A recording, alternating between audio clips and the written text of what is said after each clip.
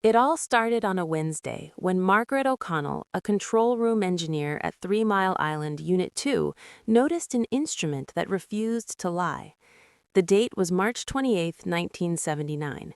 At 4 a.m. near Middletown, Pennsylvania, a routine pump failure cascaded into a partial meltdown, an event the National Transportation Safety Board and the Nuclear Regulatory Commission cataloged with bureaucratic precision. What official reports recorded as human error and mechanical failures, the men and women who worked the night shift described differently.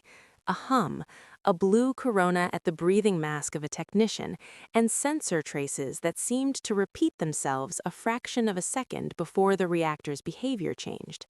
Margaret logged the oddities in the shift log. Later, when the NRC dispatched Harold Denton and Governor Dick Thornburgh called for calm, the world was told the crisis was a test of engineering, politics, and public trust. President Jimmy Carter, who had worked at the naval reactors, toured the site and praised the responders. Newspapers ran headlines about evacuations, radiation levels, and the long cleanup. But in the classified appendices buried in Department of Energy files, a different thread appeared. A small experimental device had been placed on Unit 2's auxiliary systems 2 weeks earlier under a DOE demonstration program. Engineers at a now defunct startup in Palo Alto, contracted through a government intermediary, described it as a flux modulator, an attempt to damp sudden variations in neutron flux using synchronized electromagnetic fields. The idea was simple in theory. If you could phase lock the core's stochastic noise, you could reduce power spikes and make reactors safer. The device had never been tested at scale. It was meant to be a benign proof of concept. On that March dawn, the modulator activated. Logs recovered years later showed its control signal oscillating at frequencies that did not match any known hardware.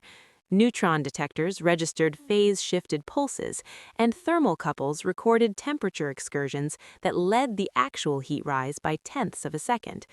To some technicians, it felt as if the core were answering, not just reacting.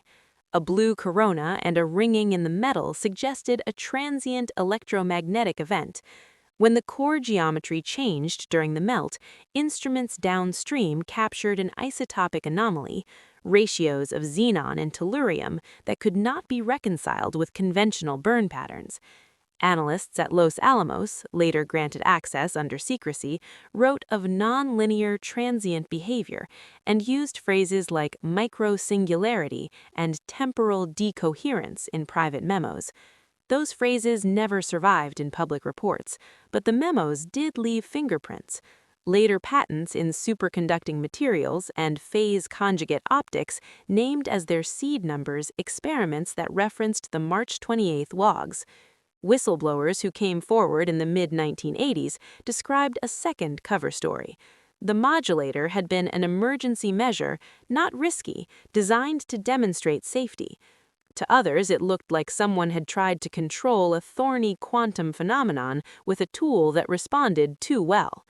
The partial meltdown stopped without a full breach.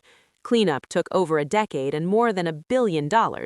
Unit 2's core was entombed, and the public moved on. Yet the small anomalies in isotopic traces later turned into breakthroughs. Material scientists at MIT and the University of Pennsylvania, working with declassified TMI data, found signatures that suggested new stable lattice arrangements when exposed to phase-locked fields. That research quietly accelerated work on high-temperature superconductors and on coherent control of nuclear processes.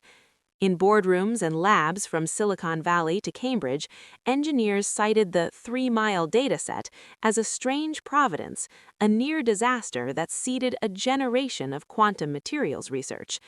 Today, the site near the Susquehanna River looks like any industrial relic. Tour buses pass by on Route 322. For the families of operators and the townspeople who sat through evacuation notices, March 28th remains a day of fear and endurance. For a small coterie of physicists, engineers, and former DOE officers, It is also the day the core whispered back, and humanity learned the hard way that trying to tame the random heart of a reactor is as much an experiment in humility as in engineering. Declassified files, redacted memos, and a handful of oral histories now stitch the two stories together: the public timeline of mechanical failure and political response, and the quieter, stranger account of fields, phases, and anomalies that would echo into technologies nobody in 1979 could have predicted. History remembers the meltdown as a turning point for nuclear policy. In the margins, where engineers kept their own logs, it is remembered as the moment the machines spoke a language we were only beginning to decode.